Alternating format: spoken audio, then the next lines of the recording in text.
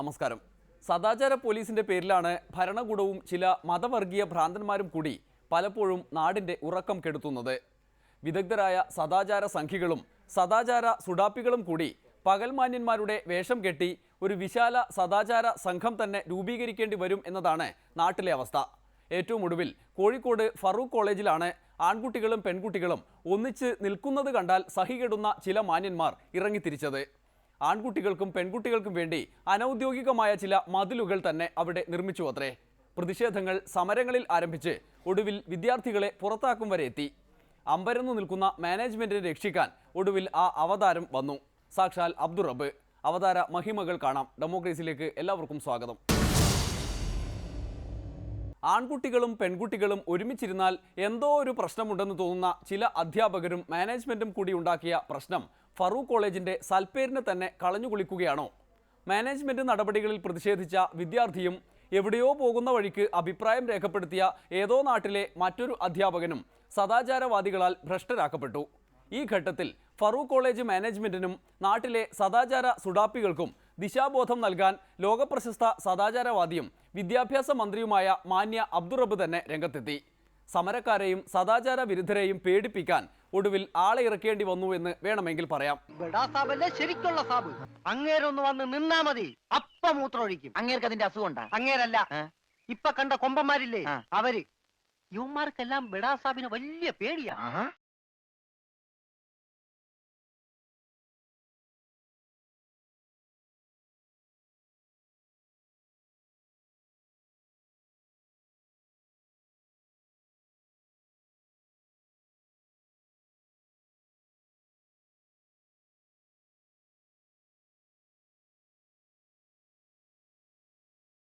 നമ്മുടെ സംസ്ഥാനത്ത് ധാരാളം സ്ഥാപനങ്ങളുണ്ട്. പല സ്ഥാപനങ്ങളിലും ഇങ്ങനെ ഇടകലർന്നിട്ടല്ല കുട്ടികൾ ഇരിക്കുന്നത്. ഇടകലർന്നിട്ട് ഇരിക്കണമെന്ന് ഒരു കോളേജിൽ നിർബന്ധിക്കുന്നില്ല. സാധാരണഗതിയിൽ രണ്ട് റോലാണ്. ഞങ്ങളൊക്കെ അങ്ങനെയാണ് പഠിച്ചത്.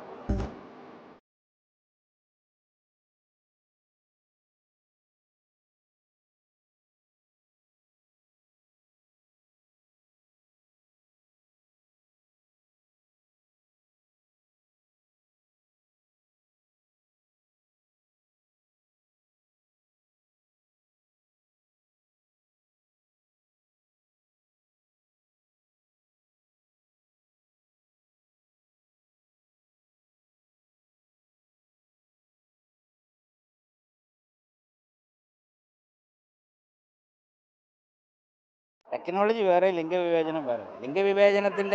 ലിംഗവിവേചനത്തിൻ്റെ ഭാഗമായി ഇതിനെ കാണാൻ കഴിയില്ല. ലിംഗവിവേചനം വേറെ തന്നെയാണ്. അത് ആൺകുട്ടികളും പെൺകുട്ടികളും അല്ലെങ്കിൽ സ്ത്രീകളും പുരുഷന്മാരും വ്യത്യസ്ത രീതിയിൽ ഇന്ന് സമൂഹത്തിൽ അനുഭവിക്കുന്ന പ്രശ്നങ്ങളുമായി ബന്ധപ്പെട്ടുകൊണ്ടാണ് ലിംഗവിവേചനം. അല്ലാതെ ഈ തൊട്ടൊരുമി ഇരിക്കുന്നതിനെ സംബന്ധിച്ചല്ല.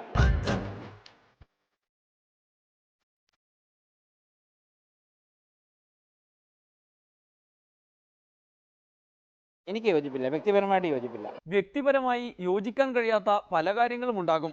മതാധിഷ്ഠിത ജീവിതം നൽകുന്നവ, സങ്കുചിത സദാചാരം രൂപപ്പെടുത്തിയവ, അങ്ങനെയുള്ളവയെല്ലാം മതേതരത്വവും വിശാല രാഷ്ട്രീയവും പറഞ്ഞ് വിദ്യാഭ്യാസ മന്ത്രി എന്ന നിലയിൽ അടിച്ചേൽപ്പിക്കാൻ പാടുണ്ടോ? അബ്ദുൾ റബ്ബിന് ഇഹലോക ജീവിതത്തിലുണ്ടായ തിരിച്ചറിവുകൾ രണ്ടാണ്. ഒന്ന്, ആൺകുട്ടികളും പെൺകുട്ടികളും ഒരുമിച്ച് നിൽക്കാനോ ഇരിക്കാനോ പാടില്ല എന്നതാണ്. അങ്ങനെ സംഭവിച്ചാൽ ഈ ലോകത്തെ സദാചാരവാദികൾക്ക് സഹിക്കാൻ കഴിയില്ലത്രേ. രണ്ടാമത്തെ കാര്യം, വേണ്ടി വന്നാൽ അടുത്തടുത്ത ബെഞ്ചിലിരിക്കാതെ കസേരകൾ വെച്ച് അതിന്മേലിരിക്കാം എന്നതാണ്. കസേരയിൽ ഇരുന്നാൽ ഉണ്ടാകാത്ത എന്തോ ഒരു സംഗതി ബെഞ്ചിലിരുന്നാൽ സംഭവിക്കുമത്രേ. ഈ അനുഭവമാണ് അബ്ദുൾ റബ്ബിനെ മന്ത്രിപദം വരെ എത്തിച്ചതു തന്നെ.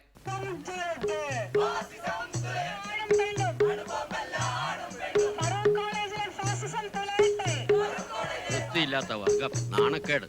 സദാചാരബോധമില്ലാത്ത ഇത്തരം സ്ത്രീകളും അവരെ നോക്കി പല്ലിളിച്ചു കാട്ടി അരിയാട്ടുന്ന ചില കോന്തന്മാരുമാണ് ഈ നാടിന്റെ ശാപം. അടുത്ത പഞ്ചായത്ത് കൂടട്ടെ, ഇതുങ്ങളൊക്കെ ഇവിടുന്ന് അടിച്ച് ഓടിച്ച് എരുമച്ചാണോ കലക്കി തളിച്ച് ശുദ്ധമാക്കണം. അല്ല, ഒന്നിച്ചിരിക്കുന്നതിനോട് എനിക്ക് യോജിപ്പില്ല. ഒന്നിച്ച് ഒരേ അടുത്തടുത്തിരിക്കുന്നതിനോട് സെപ്പറേറ്റ് ചെയേഴ്സിലാണെങ്കിലും ഓക്കെ. അതല്ലാതെ ഒന്നിച്ചിരിക്കുന്നതിനോട് എനിക്ക് വ്യക്തിപരമായി യോജിപ്പില്ല.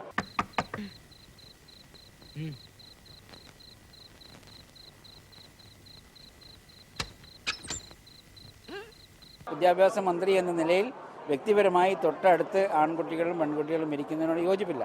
വ്യത്യസ്ത കസേരകളിൽ അവിടെ ഇരിക്കുന്നതിനോട് എനിക്ക് ഒരു എതിർപ്പുമില്ല. അല്ല മാധവൻ ചേട്ടനായിരുന്നു. അതെ. ഇതെന്താ കയ്യില്? കുറച്ച് പരിപ്പുകടയാ നിനക്ക് വേണ്ടി കൊണ്ടുവന്ന. വരൂ, എനിക്ക് വേഗം പോണം. തട്ടലിന്റെ ശബ്ദം കേട്ടപ്പോഴേ എനിക്ക് തോന്നി ഇതേതോ അത്യാവശ്യക്കാരനായിരിക്കും. അവർക്ക് വിരോധമില്ലെങ്കിൽ ഇരിക്കാം. ഞാനും ഇവിടുത്തെ കുട്ടികൾ ഇരിക്കാൻ പാടില്ല എന്നാണ് ഞാൻ പറഞ്ഞില്ലല്ലോ. ഇവിടുത്തെ കുട്ടികൾ ഇരിക്കാൻ പാടില്ല എന്ന് ഞാൻ പറഞ്ഞില്ല. വ്യക്തിപരമായി എനിക്കതിനോട് യോജിപ്പില്ല എന്ന് മാത്രമേ ഞാൻ പറഞ്ഞുള്ളൂ. കുട്ടികൾക്കും സ്ഥാപനങ്ങൾക്കും ഇഷ്ടമാണെങ്കിൽ എങ്ങനെ വേണമെങ്കിലും ഇരിക്കാം. സത്യം പറഞ്ഞാൽ ഞാൻ വെളിച്ചപ്പാടിനെ കാണാൻ വേണ്ടി വന്നതാ. എന്താണാവോ? ഒരു പ്രാർത്ഥനയുടെ കാര്യം ഉണ്ടായി. ഇനിയിപ്പോ ഏതായാലും നാളെ പറയാം. ഇന്നിപ്പോ ജീവനോടെ മുമ്പിൽ വന്നിട്ട് ഇനി എന്തിനാ നാളത്തേക്കാക്കുന്നത്? അകത്തോട്ട് കയറി ഇരിനായരെ. നല്ല മഴക്കോളുണ്ട്, നമുക്ക് നാളെ ആവാം. Good night. തൊട്ടടുത്ത് ആൺകുട്ടികളും പെൺകുട്ടികളും ഇരിക്കുന്നതിനോട് യോജിപ്പില്ല. വ്യത്യസ്ത കസേരകളിൽ അവിടെ ഇരിക്കുന്നതിനോട് എനിക്ക് ഒരു എതിർപ്പുമില്ല. വിദ്യാഭ്യാസ മന്ത്രിയുടെ ഓഫീസിൽ പോകുന്ന ലീഗുകാർ വെറുതെയല്ല അവിടെ കസേരയാണോ ബെഞ്ചാണോ ഉള്ളത് എന്ന് അന്വേഷിക്കുന്നത്. മന്ത്രി പറഞ്ഞ ആ പ്രശ്നം എന്തായാലും അദ്ദേഹത്തിന്റെ ഓഫീസിലും കാണുമല്ലോ. ഇമാതിരി വിദ്യാഭ്യാസ മന്ത്രിയും കുറെ സദാചാരവാദികളും ഉണ്ടായാൽ നാട് നന്നാകും. യഥാർത്ഥത്തിൽ ഒരുമിച്ച് ഇരിക്കാൻ പോയിട്ട് കാലങ്ങളായി ലൈബ്രറിയിലും വരാന്തയിലും കോളേജ് ദൃഷ്ടിയിൽ എവിടെയെങ്കിലും ആൺ പെൺകുട്ടികൾ ഒരുമിച്ച് നിന്നാൽ അബ്ദുറബ്ബ് പറഞ്ഞതുപോലെ സംഭവിക്കും എന്നതിനാൽ മാനേജ്മെന്റ് നിരോധനം ഏർപ്പെടുത്തിയിരിക്കുകയാണത്രേ. ഏറ്റവും ഒടുവിലാണ് ഇപ്പോഴത്തെ വിവാദങ്ങളിലേക്ക് നയിച്ച പ്രത്യേക സംഭവം ഉണ്ടായത്. അന്നത്തെ ദിവസം എന്താണ് ഫറൂഖ് കോളേജിൽ സംഭവിച്ചത്? നമ്മൾ മലയാളം ക്ലാസ്സിൽ കുട്ടികൾ ഒന്നിച്ചിരിക്കുകയായിരുന്നു. ഞങ്ങൾ സുഹൃത്തുക്കൾ അധ്യാപകൻ ക്ലാസ്സിലേക്ക് കടന്നു വരികയും ഞങ്ങളിരിക്കുന്ന ബെഞ്ചിൽ ഒന്നിച്ചിരിക്കുന്ന കണ്ട കുട്ടികളോട് പെൺകുട്ടികളോട് അവിടെ നിന്ന് സ്പെസിഫിക് ആയിട്ട് മാറിയിരിക്കാൻ വേണ്ടി പറഞ്ഞു. അതിനുശേഷം തൊട്ട മുന്നത്തെ ബെഞ്ചിൽ അവിടെ മാത്രമേ സ്ഥലമുള്ളൂ. അവിടെ 3 പെൺകുട്ടികളും മറ്റുമായി ഇരിക്കുന്നുള്ളൂ. അങ്ങോട്ടേക്ക് കുറച്ച് ലേറ്റായിട്ട് കടന്നു വന്ന 2 ആൺകുട്ടികൾ അവിടെ ഇരുന്നപ്പോൾ പെൺകുട്ടികളോട് അവിടെ നിന്ന് മാറാനാണ് പറഞ്ഞിട്ടുണ്ടായിരുന്നത്. ഇതിനെ നമ്മൾ ചോദ്യം ചെയ്ത സമയത്ത് അധ്യാപകൻ അത് സംസ്കാരവുമായി റിലേറ്റ് ചെയ്യുകയും തലേ ദിവസം ക്യാമ്പസിൽ നടന്ന ചർച്ചയിൽ ഒരു അധ്യാപകൻ സൂചിപ്പിച്ച പോലെ വലുതായി കഴിഞ്ഞാൽ കിടപ്പുമുറികൾ എൻ്റെ മക്കൾക്ക് 2 എണ്ണമാണ് ഒരുക്കുക എന്ന രീതിയിൽ കിടപ്പുമുറിയെയും ക്ലാസ് മുറിയെയും താരതമ്യം ചെയ്യുകയാണ് ഉണ്ടായിട്ടുണ്ടായിരുന്നത്. അതിനെ തുടർന്ന് ഒരു പെൺകുട്ടി ചോദ്യം ചെയ്ത സമയത്ത് തൻ്റെ വീട്ടിലെ സാഹചര്യവുമായി ഇടകലർത്തി ചോദ്യം ചെയ്ത സമയത്ത് അത് കുട്ടിയുടെ അമ്മയുടെ അടുത്ത് ചോദിക്കണം എന്നാണ് സാറിൻ്റെ റിപ്ലൈ ഉണ്ടായത്. സമാന ചോദ്യം ആ അധ്യാപകനോട് തിരിച്ചു ചോദിക്കേണ്ടതായിരുന്നു എന്ന അഭിപ്രായവും നാട്ടിൽ ഉയരുന്നുണ്ട്. പ്രതിഷേധിച്ച വിദ്യാർത്ഥികളുടെ രക്ഷിതാക്കളെ വിളിച്ചു വരുത്തി അവരെ പോലും സദാചാര പോലീസിംഗിന് വിധേയമാക്കിയ സംഭവം അബ്ദുറബ്ബിനൊക്കെ അഭിമാനം നിറയ്ക്കുന്ന ഒന്നാണ്. വളരെ വ്യക്തമായിട്ട് അവരെ മോറൽ പോലീസിംഗ് മാത്രമാണ് അതിൻ്റെ ഉള്ളിൽ നടന്നത്. ഡിസിപ്ലിനറി കമ്മിറ്റി ചെയ്തിട്ടുണ്ടായിരുന്നത് ഒരു കുട്ടിയുടെ അടുത്ത് ചോദിച്ചിട്ടുണ്ടായിരുന്നത് 2 ആൺകുട്ടികളുടെ ശരീരത്തിന്റെ നടുവിൽ നിന്റെ ശരീരം സുഖിച്ച് 1 മണിക്കൂറിലധികം ഇരിക്കാനാണോ നീ ആഗ്രഹിക്കുന്നതെന്നാണ്. ഒരു കുട്ടിയുടെ 1-2 കുട്ടികളുടെ പാരന്റ്സ് കരഞ്ഞിട്ടാണ് അവിടെ നിന്ന് ഇറങ്ങി പോകേണ്ടി വന്നത്.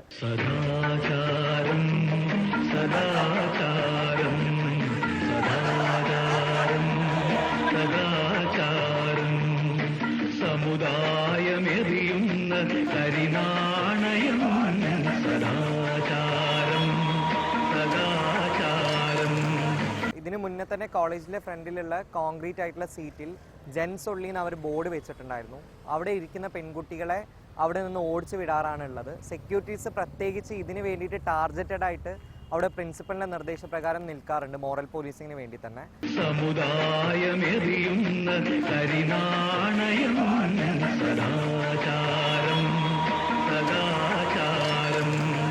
നാടകത്തിൽ നമുക്ക് ഒന്നിച്ച് അഭിനയിക്കാൻ വേണ്ടി പറ്റുന്നില്ല.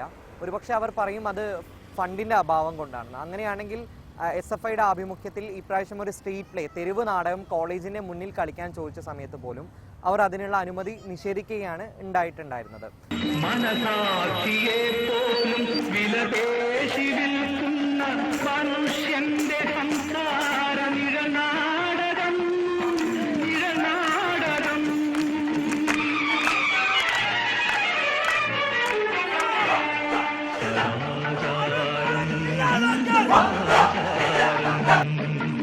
കൂടാതെ ക്യാൻറ്റീനിലാണെങ്കിൽ ബോയ്സ് ഒരു ഭാഗത്ത് ഗേൾസ് ഒരു ഭാഗത്ത് 2 മറ കെട്ടിക്കൊണ്ട് നടുവിൽ സ്റ്റാഫ്സിനെ കുത്തി നിറച്ചുകൊണ്ട് വളരെ വ്യക്തമായ രീതിയിൽ അവിടെ സെഗ്രിഗേഷൻ നടന്നിട്ടുണ്ടായിരുന്നു. ആൺകുട്ടികൾക്കും പെൺകുട്ടികൾക്കുമിടയിൽ മതിൽ കെട്ടാൻ സഹായം വേണമെങ്കിൽ പണ്ട് അഫ്ഗാനിലൊക്കെ ഇമാതിരി മതിൽ കെട്ടി പരിചയസമ്പന്നരായി റിട്ടയർ ചെയ്ത താലിബാൻകാരെയൊക്കെ വിളിക്കാവുന്നതാണ്.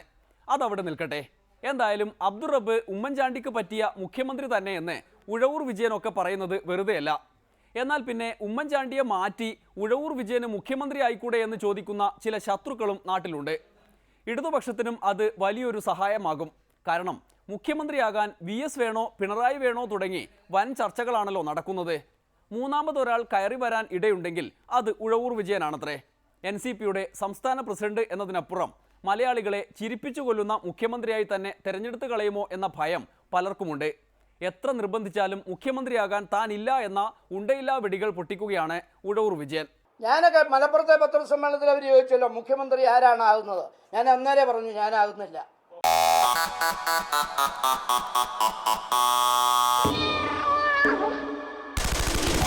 അതാണ് NCP ആവശ്യപ്പെടുകയുമില്ല. നിങ്ങൾ എഴുതിക്കോ, അത് CPM തീരുമാനിച്ചോളൂ.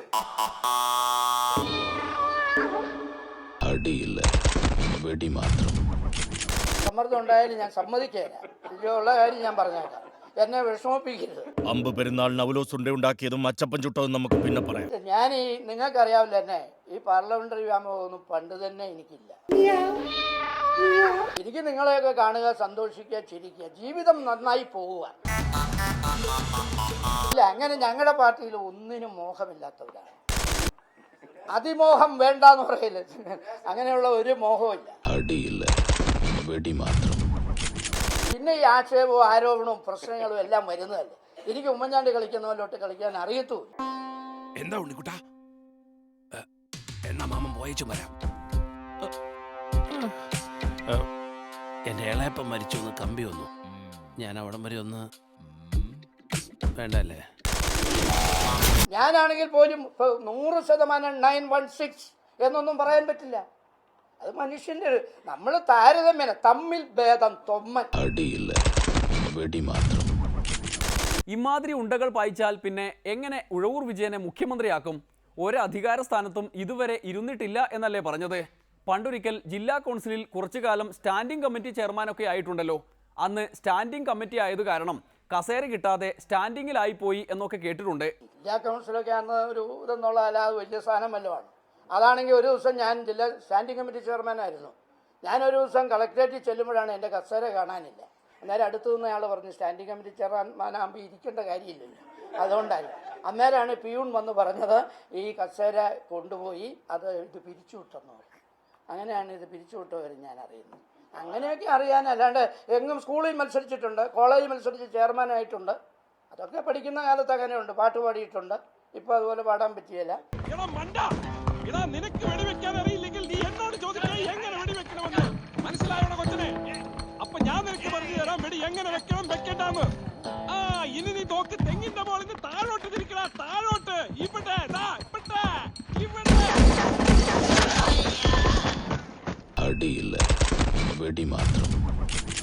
മുഖ്യമന്ത്രിയാകാൻ ഇല്ല എന്ന് പ്രഖ്യാപിച്ചതുകൊണ്ട് നാട്ടുകാർക്ക് സമാധാനിക്കാം. മാത്രമല്ല, മുഖ്യമന്ത്രി ആയാലും ഇല്ലെങ്കിലും KM മാണിയോടുള്ള ഉഴവൂരിന്റെ ഇഷ്ടത്തിന് ഒരു കുറവും ഇതുവരെ സംഭവിച്ചിട്ടില്ല. അതൊരിടവേള കഴിഞ്ഞ് എന്നിട്ട് ബീഫും കഴിച്ച് സുഖമായിട്ട് ഇവരാകുമ്പോൾ ബീഫ് കഴിക്കുകയല്ലോ കേരള കോൺഗ്രസ്സുകാരാകുമ്പോൾ. ആ കാര്യത്തിൽ ഉറപ്പുണ്ടല്ലോ. അത് അന്വേഷിച്ചപ്പോഴാണ് മുരളീധരന് തോന്നുന്നത് ബീഫ് കഴിക്കാത്ത ഒരു പാർട്ടി ഏതാണ്.